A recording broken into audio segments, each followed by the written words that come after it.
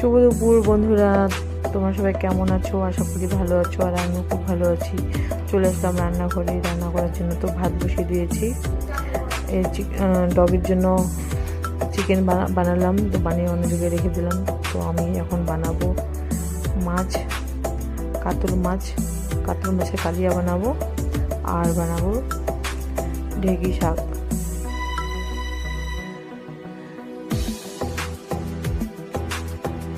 তো আজকে দুপুরের হালকা খাওয়ার মানে ঢেঁকি শাক, কাতল মাছ, আর কিছু বানাবো না।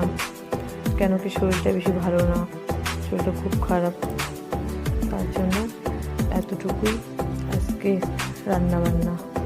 তো রান্না কমপ্লিট হলো আমার।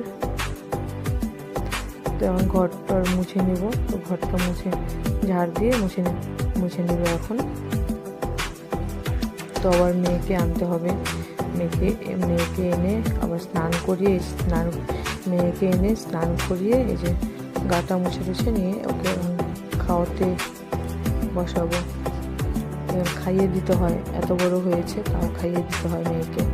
তো এইরকম খাইয়ে দিতে লাগছে, খাইয়ে দিচ্ছি।